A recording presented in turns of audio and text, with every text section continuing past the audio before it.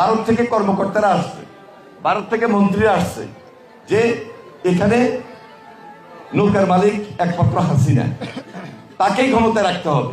আমরা গণতন্ত্রের জন্য লড়াই করি, বর্ণ নির্বিশেষে এমন একটা রাজনীতি বাংলাদেশি জাতীয়তাবাদ আমাদের সামনে দিয়েছেন।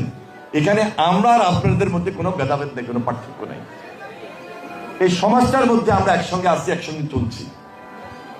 তাহলে আজকে ভারতের পার্লামেন্টে যদি এই ধরনের বক্তব্য আসে, তাহলে এটা বুঝতে হবে যে এটা একটা ষড়যন্ত্র অংশ। এই ষড়যন্ত্রটা বিগত 15-16 বছর ধারাবাহিকভাবে হয়েছে।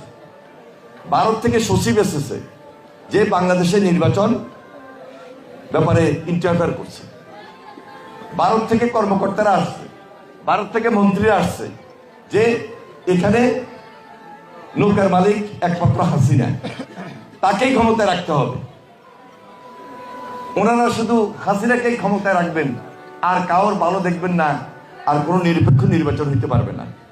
এটা ছিল তখন তাদের সেই অপকৌশলের অংশ, যার কারণে হাসিনা এই বাংলাদেশে তাদের সহায়তায় ফ্যাসিস্ট ভূমিকা অবতীর্ণ হয়েছে। একদিনে হাসিনা ফ্যাসিস্ট হয় নাই, যদিও তার পিতার আমলে স্বাধীনতার পর দুর্নীতি দুঃশাসন ছিল, গুম খুন ছিল, কিন্তু এবার গত 15-16 বছরের যে গুম খুন পরিবেশটা হয়েছে, যেভাবে সর্বশেষ জুলাই আন্দোলনে ছাত্র জনতার উপর গুলিবর্ষণ হয়েছে, হেলিকপ্টার থেকে পর্যন্ত সরাসরি যে গণহত্যা হয়েছে, এগুলো একমাত্র মদত দিচ্ছিল ভারত। ভারত যদি এক পার্টিকে, এক ব্যক্তিকে কষ্ট না দিত, বাংলাদেশে হওয়ার কোনো সুযোগ ছিল না। কিন্তু 5 তারিখের পর এখন অনেক রাজনৈতিক দল, আমরা সবাই কথা বলতেছি, এই সরকারের সঙ্গে আমরা বসতেছি। আমাদের এখানে আমাদের বক্তব্য পরিষ্কার, আমরা সংস্কার চাই, এবং সবার আগে সংস্কার করার জন্য আমাদের প্রস্তাবনা ছিল যেটা 31 দফা। সে 31 দফায় স্পষ্ট জাতি, ধর্ম, গোত্র নির্বিশেষে সবার কথা বলা হয়েছে। সবার জন্য শিক্ষা, সবার জন্য স্বাস্থ্য।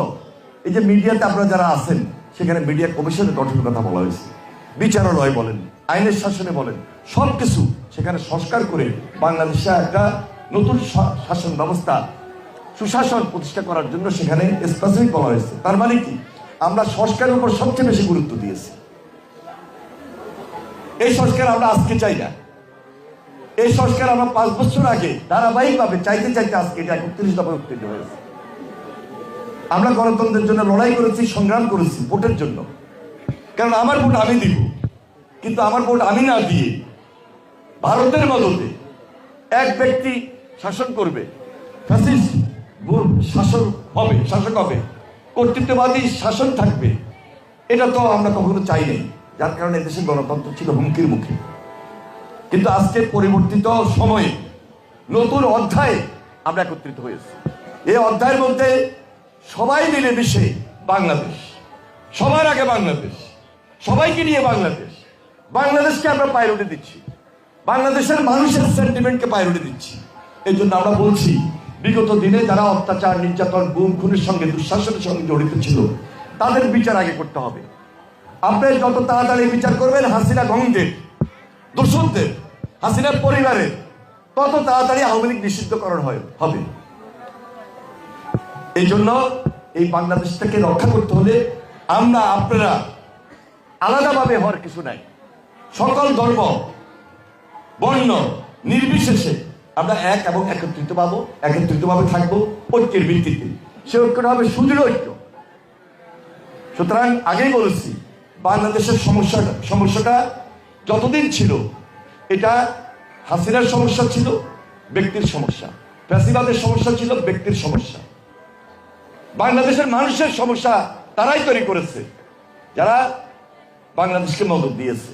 সুতরাং এই ধরনের মদত থেকে দূরে থেকে বন্ধু রাষ্ট্র হিসাবে বাংলাদেশের মানুষকে বন্ধু মনে করে আপনাদেরকে সামনে এগিয়ে যেতে হবে। কোনো ব্যক্তি বিশেষ নয়, কোনো বিশেষ রাজনৈতিক সংগঠনের জন্য নয়।